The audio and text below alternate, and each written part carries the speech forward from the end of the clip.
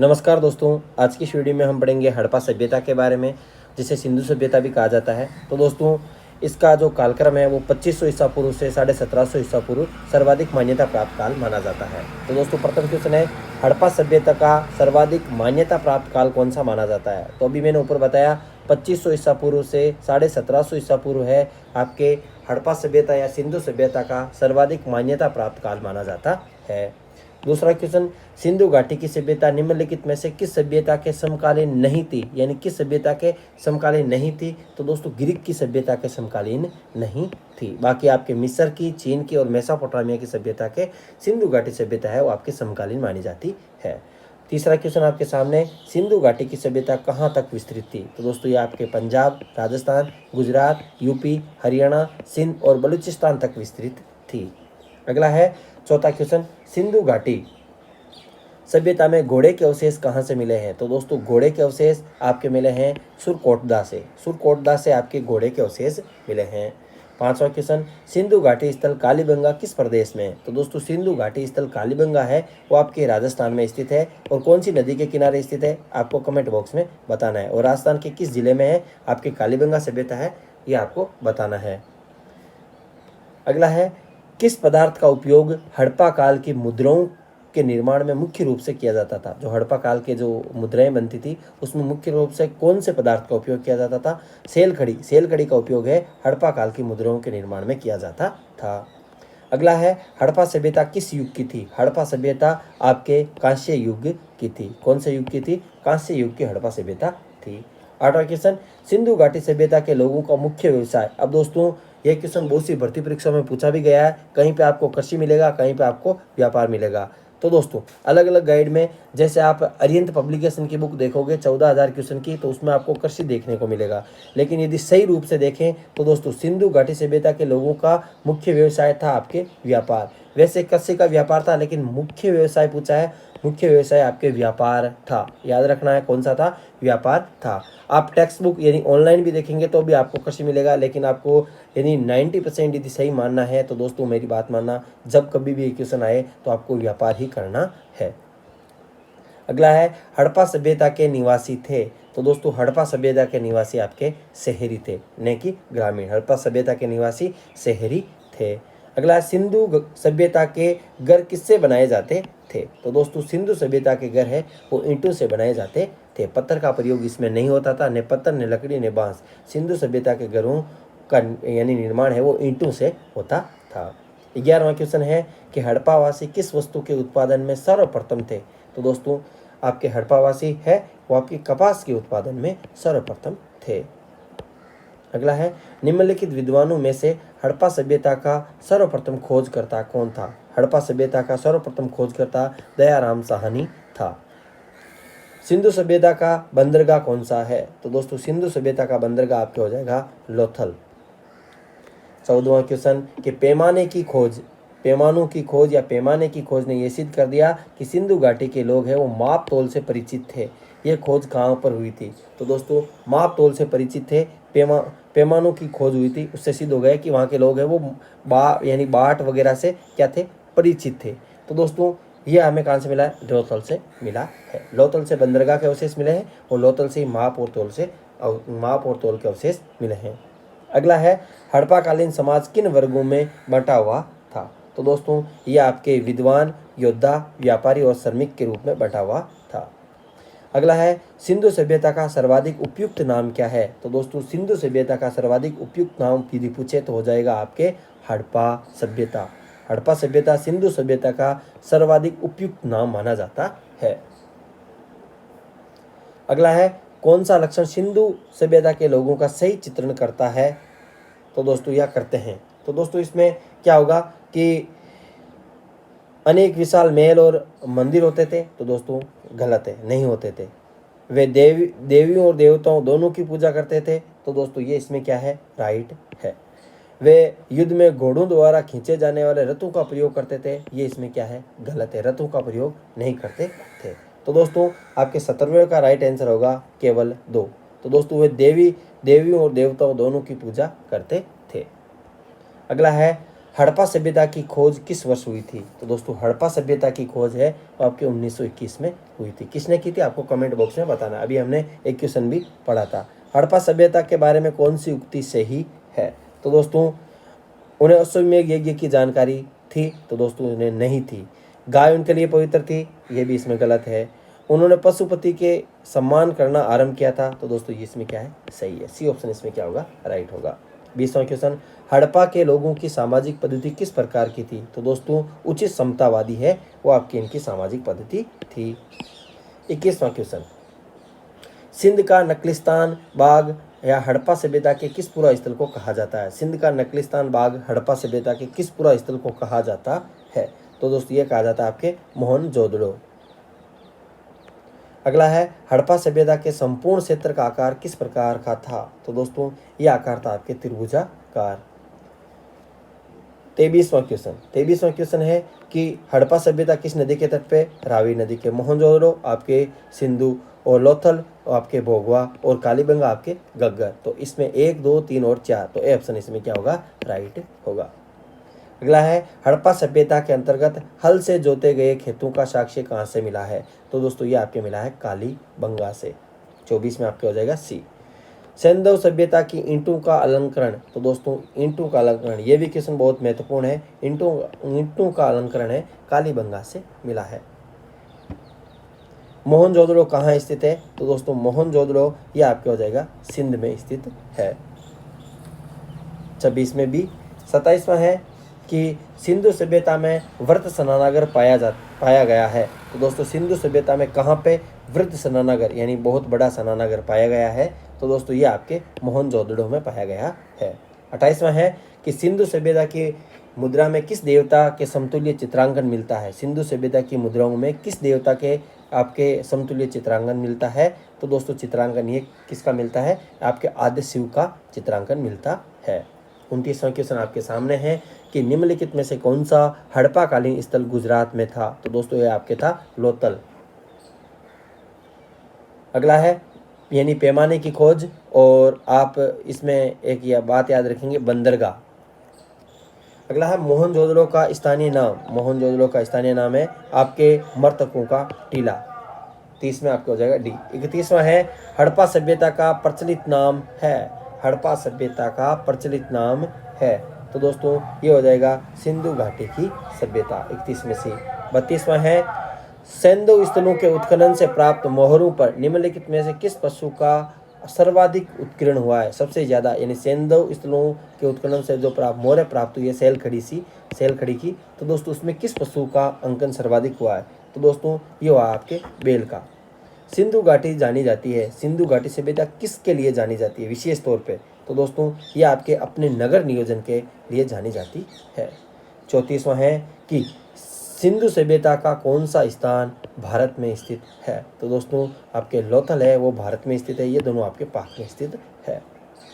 भारत में खोजा गया सबसे पहला पुराना शहर कौन सा था? भारत में खोजा गया सिंधु सभ्यता का सबसे पहला पुराना शहर कौन सा था? तो दोस्तों ये आपके था हड़प्पा। वर्तमान में कहाँ पे? आपको कमेंट बॉक्स में बताना है। अगला है भारत में चांदी की उपलब्धता के प्राचीनतम साक्ष्य। तो दोस्तों ये मिले आपके हड़प्पा संस्कृति में। अगला है सिंधु सभ्यता के बारे में कौन सा कथन असत्य कथन हमें बताना है? तो दोस्तों नगरों में नालियों की सुदृढ़ यानी नगर नियोजन की व्यवस्था थी। तो दोस्तों यानी नालियों की सुदृढ़ व्यवस्था थी तभी नगर नियोजन की व्यवस्था थी। व्यापार और वाणिज्य उन्नत दशा में था, ये भी सही है। माता देवी की उपासना की जाती थी। और दोस्तों यह आपके है कि लोहे से परिचित है, यानी सिंधु सभ्यता के लोग हैं लोहे से परिचित नहीं थे। तो डी ऑप्शन हमारा क्या होगा? असत्य होगा। 38वां है सिंधु सभ्यता की उत्तरी सीमा आपके मांडा हो जाएगी जो जम्मू कश्मीर में स्थित है। और सिंधु सभ्यता की दक्षिणी सीमा कहाँ पे हो जाएगी? ये आपके देमाबाद महाराष्ट्र में हो जाएगी। पूर्वी सीमा आपके आलमगीरपुर यूपी में हो जाएगी। और आपके पश्चिमी सीमा हो जाएगी सुटकागडर बालूचिस्तान। तो दोस्तों 1, 2, 3 और 4 इसमें क्या है? सुमिलित दे रखा है। मांडा किस नदी के किनारे स्थित है यानी उत्तरी सीमा? तो दोस्तों उत्तरी सीमा आपके चेनाब नदी के किनारे स्थित है।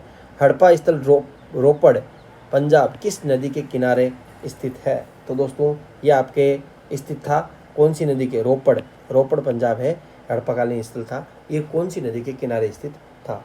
तो दोस्तों ये आपके सतलज नदी के किनारे स्थित था। अगला है हड़प्पा में एक उन्नत जल प्रबंध प्रणाली का पता चला है। तो दोस्तों ये हो जाएगी आपके धोलावीरा।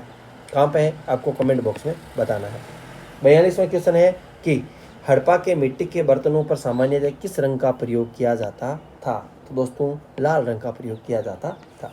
43वां क्वेश्चन कि सिंधु सभ्यता निम्नलिखित में से किस युग में पड़ता है। सिंधु सभ्यता किस युग में पड़ती है, आपके अधऐतिहासिक काल में पड़ती है। अधऐतिहासिक काल में पड़ती है। यूपीएससी 2021 की परीक्षा में भी ये क्वेश्चन पूछा गया है और बिहार लोक सेवा आयोग की परीक्षा में भी ये पूछा गया है।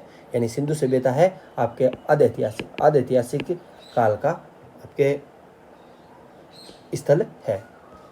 अगला सिंधु घाटी सभ्यता की विकसित अवस्था निम्नलिखित में से किस काल, यानी सिंधु घाटी सभ्यता की विकसित अवस्था में किस स्थल से घरों में कुओं के अवशेष, यानी घर में भी कुएं बने हुए थे, ये अवशेष हमें कहाँ से मिलता है। तो दोस्तों ये अवशेष है वो आपके मोहनजोदड़ो से मिलता है। 45वां क्वेश्चन सिंधु घाटी सभ्यता को खोज निकालने में जिन दो भारतीयों का नाम जुड़ा है उनका नाम है आपके दयाराम साहनी और रखलदास बनर्जी। जॉन मार्शल, ईश्वरी प्रसाद, आपके श्रीवास्तव रंगनाथ राव, माधव स्वरूप और बीबी राव। तो दोस्तों इसमें आपका होगा दयाराम साहनी और रखालदास बनर्जी। रखालदास बनर्जी और आपके दयाराम साहनी। रंगपुर कहाँ पे, रंगपुर जहाँ हड़प्पा की समकालीन सभ्यता थी। तो दोस्तों रंगपुर आपके कहाँ पे हो जाएगा, रंगपुर हो जाएगा आपके सौराष्ट्र में। हड़प्पा और मोहनजोदड़ो की पुरातात्विक खुदाई के प्रभारी कौन थे। तो दोस्तों ये आपके प्रभारी थे सर जॉन मार्शल है। हड़प्पा और मोहनजोदड़ो की पुरातात्विक खुदाई के क्या थे, प्रभारी थे। ये क्वेश्चन आपके आरएस भर्ती परीक्षा में पूछा गया है कि रंगपुर कहाँ पे है, सौराष्ट्र में। अगला है किस पशु की आकृति जो मोहरों पर मिली है, यानी मुद्राओं पर मिली है, उससे ज्ञात होता है कि सिंधु घाटी और मेसोपोटामिया की सभ्यता के मध्य व्यापारिक संबंध थे। तो दोस्तों आपके बेल की है वो आपके मोहरों पर आकृति मिली, उससे पता चलता है कि मेसोपोटामिया और सिंधु घाटी सभ्यता के बीच व्यापार के संबंध थे। 49वां क्वेश्चन कि सिंधु घाटी के लोग विश्वास करते थे, सिंधु घाटी के लोग मातृशक्ति में विश्वास करते थे। 50वां क्वेश्चन कि कौन सा सिंधु स्थल समुद्र तट पर स्थित नहीं था। तो दोस्तों सुरकोटडा, लोथल और बालाकोट ये सभी है आपके समुद्र तट के पास स्थित है, और कोट दीजी है वो आपके यहाँ पे स्थित, यानी समुद्र तट पर स्थित नहीं था। 51वां मोहनजोदड़ो की सबसे बड़ी इमारत मानी जाती है। तो दोस्तों सबसे बड़ी इमारत है विशाल स्नानागार माना जाता है। 51 में 1। 52वां है कि हड़प्पाकालीन लोगों ने नगरों में घरों के विन्यास के लिए कौन सी पद्धति अपनाई। तो दोस्तों ये अपनाई थी आपकी ग्रिड पद्धति।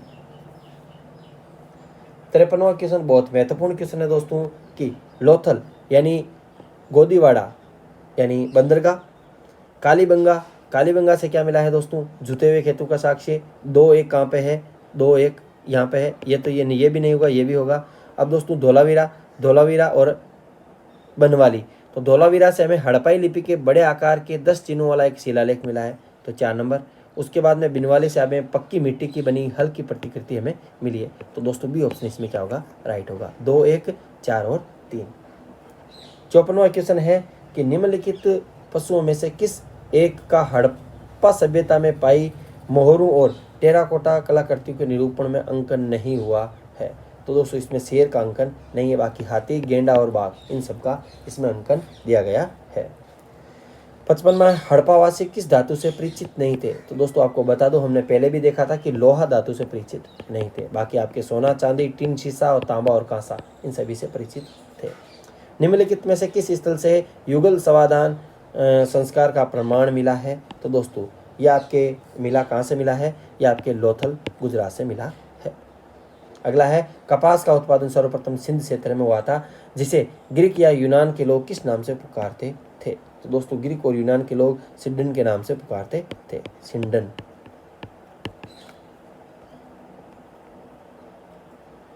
हड़प्पा के काल का तांबे का रथ। तो दोस्तों तांबे का रथ बनवाली से तो वो मिला, हल्की प्रतिकृति मिली है मिट्टी की। और तांबे का रथ कहाँ से मिला है, तांबे का रथ है वो आपके कहाँ से मिला है दोस्तों। 57 में आपके 1 हो गया। 58 में आपके हो जाएगा देमाबाद महाराष्ट्र है, तांबे के रथ का साक्ष्य मिला है। हड़प्पावा से किन धातुओं का आयात यानी मंगवाते थे।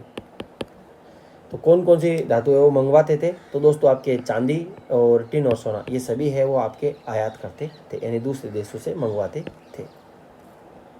हड़प्पावासी लाजवर्द यानी भवन निर्माण की सामग्री का आयात कहाँ से करते थे? तो दोस्तों ये करते थे आपके हिंदू कुश क्षेत्र के बदखसा से। अगला है अफगानिस्तान स्थित सिंधु सभ्यता संबंधित स्थल है। तो दोस्तों 61 में आपके हो जाएगा मुंडीगाक और सुतगुई, ए और बी। 62वां क्वेश्चन है कि कौन कौन से नगर सिंधु सभ्यता के बंदरगाह नगर थे? तो दोस्तों बंदरगाह नगर ये सभी है, लोथल है, आपके बालाकोट है और कुंतासी है, उपयुक्त सभी ये सभी है वो आपके सिंधु सभ्यता के बंदरगाह नगर थे।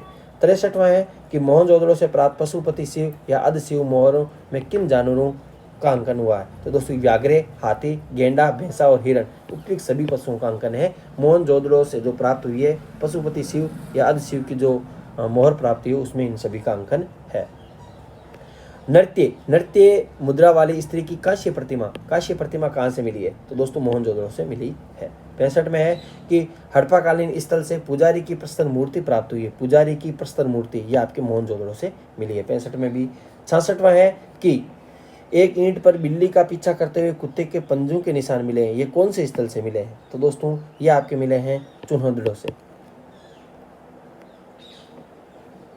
चन्हुदड़ो है वहां से है, वो आपके बिल्ली का पीछा करते हुए कुत्ते के पंजों के निशान मिले हैं।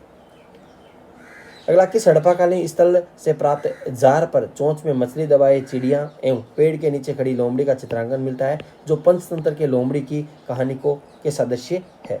तो दोस्तों 67 में आपको हो जाएगा लोथल। स्वतंत्र भारत में सबसे यानी स्वतंत्रता के बाद भारत में सबसे अधिक संख्या में हड़प्पा युगीन स्थलों की खोज स्वतंत्रता प्राप्ति के बाद। तो दोस्तों हड़प्पाकालीन स्थलों की खोज कहाँ पर हुई है? तो दोस्तों ये आपकी गुजरात में हुई है।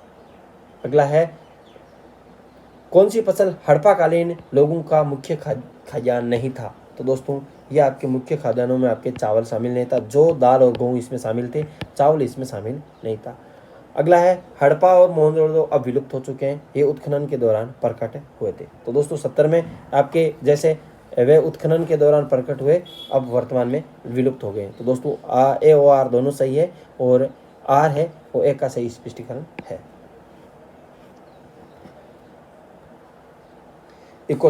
71 सिंधु घाटी सभ्यता के संदर्भ में निम्नलिखित कथनों पर विचार करना है।